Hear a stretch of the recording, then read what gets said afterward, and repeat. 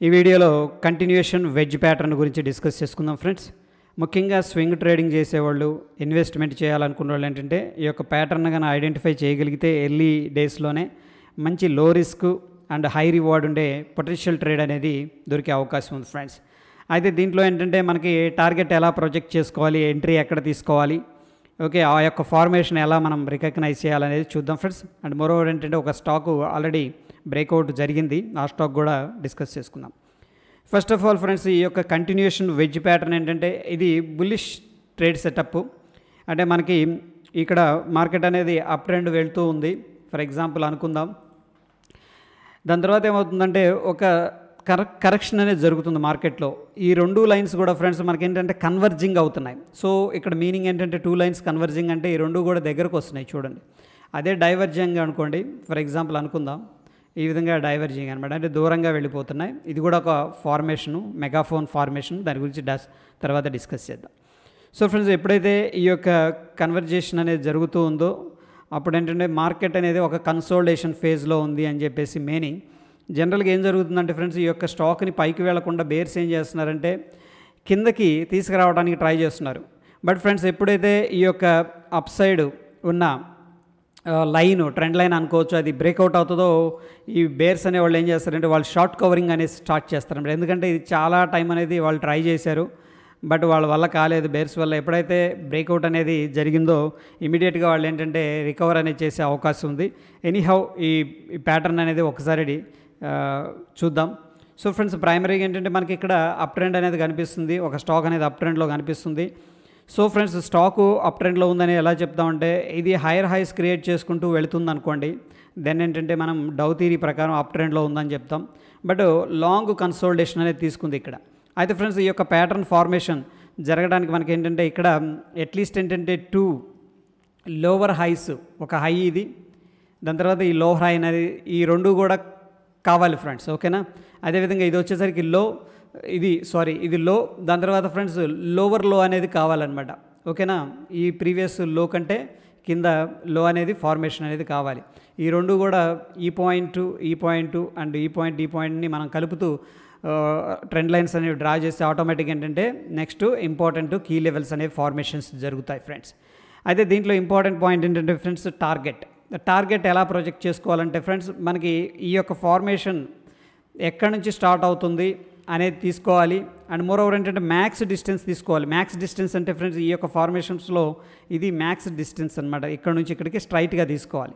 For example ఇక్కడ తీసుకున్నాం అనుకోండి, మనకి 5 రూపాయలు ఉంటుంది డిస్టెన్స్, 5 పాయింట్స్, ఇక్కడ మేబీ 20 పాయింట్స్ ఉండొచ్చు.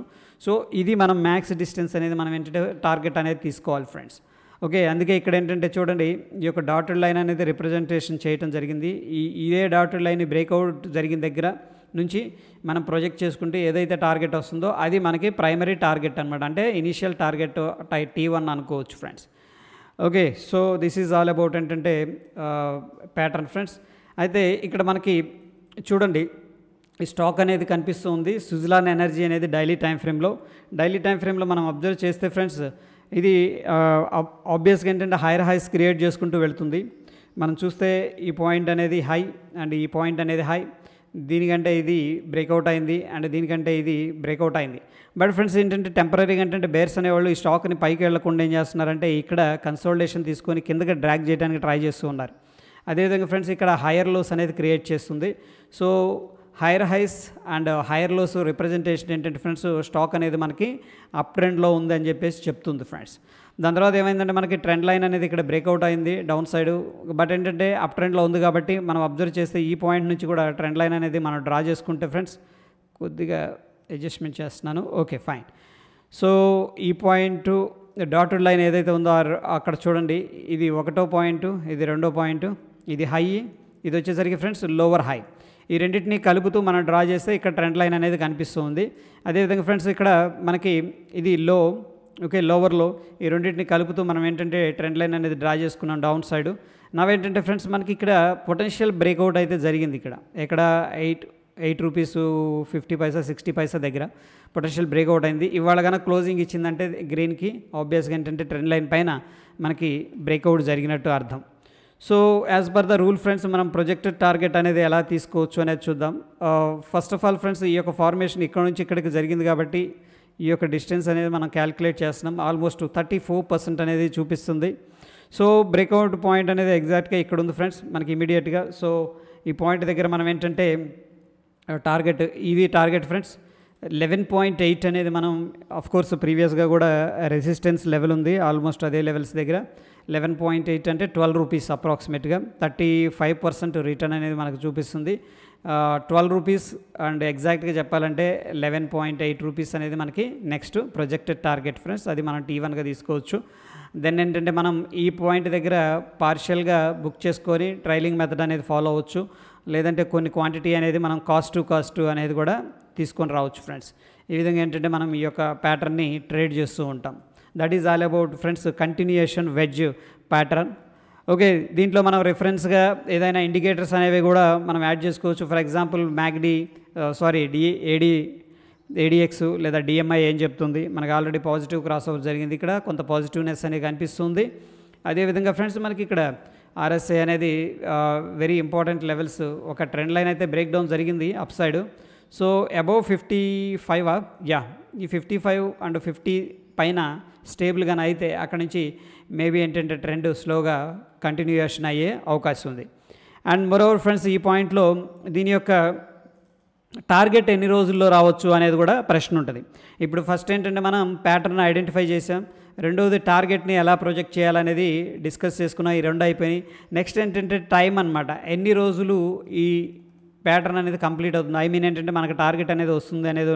దానికోసం ఫ్రెండ్స్ మనం ఏంటంటే ముందుగా ఈ ప్యాటర్న్ ఎన్ని రోజులు తీసుకుంది, ఫర్ ఎగ్జాంపుల్ ఇక్కడ నుంచి స్టార్ట్ అయింది కాబట్టి ఇక్కడ బ్రేక్అవుట్ అవుతుంది కాబట్టి ఈరోజు చూస్తే 55 బార్స్ అనేది టైం తీసుకుంది ఫ్రెండ్స్. ఓకేనా, అంటే ఈ వర్కింగ్ డేస్ 55 బార్స్ అంటే ఫ్రెండ్స్ ఆబ్వియస్గా హాలిడేస్ ఇంక్లూడ్ చేస్తే 79 డేస్, బట్ ఏంటంటే మనకి 55 బార్స్లో ఇదేంటంటే మనకి టార్గెట్ ఇస్తుంది. సో ఫ్రెండ్స్ ఇది ఆల్మోస్ట్ మనకి ఎవ్రీ మంత్ కూడా 21 ట్రేడింగ్ సెషన్స్ ఉంటాయి అప్రాక్సిమేట్గా. సో 21 అండ్ అంటే 2.5 ఓకే 2.5 months అనేది మనకి టైం అనేది పడుతుంది ఫ్రెండ్స్, ఏది మన ఈ యొక్క టార్గెట్ అనేది రావడానికి. సో ఇక్కడ అన్నీ కూడా మనకి ఏంటంటే డిఫైన్డ్గా ఉన్నాయి. ఇన్ కేస్ ఫ్రెండ్స్ మనకి ఒకవేళ రాంగ్ అయిందనుకోండి, మనం తీసుకున్న ట్రేడ్ ఒకవేళ ఎగ్జిట్ అవ్వాలనుకుంటే ఈ స్వింగ్ కింద ఎస్ఎల్ అనేది ఇంపోజ్ చేసుకోవచ్చు ఫ్రెండ్స్. ఈ స్వింగ్ ఏదైతే ఉందో ఈ స్వింగ్ కింద ఒకవేళ ఈరోజు మంచి స్ట్రాంగ్ క్యాండిల్ ఇస్తే మేబీ కన్జర్వేటివ్ ఎగ్జిట్ తీసుకోవాలనుకుంటే 8.3 దగ్గర మనం ఎస్ఎల్ అనేది పెట్టుకోవచ్చు. Okay friends, based on the closing prices. That is all about continuation wedge pattern friends. Thank you.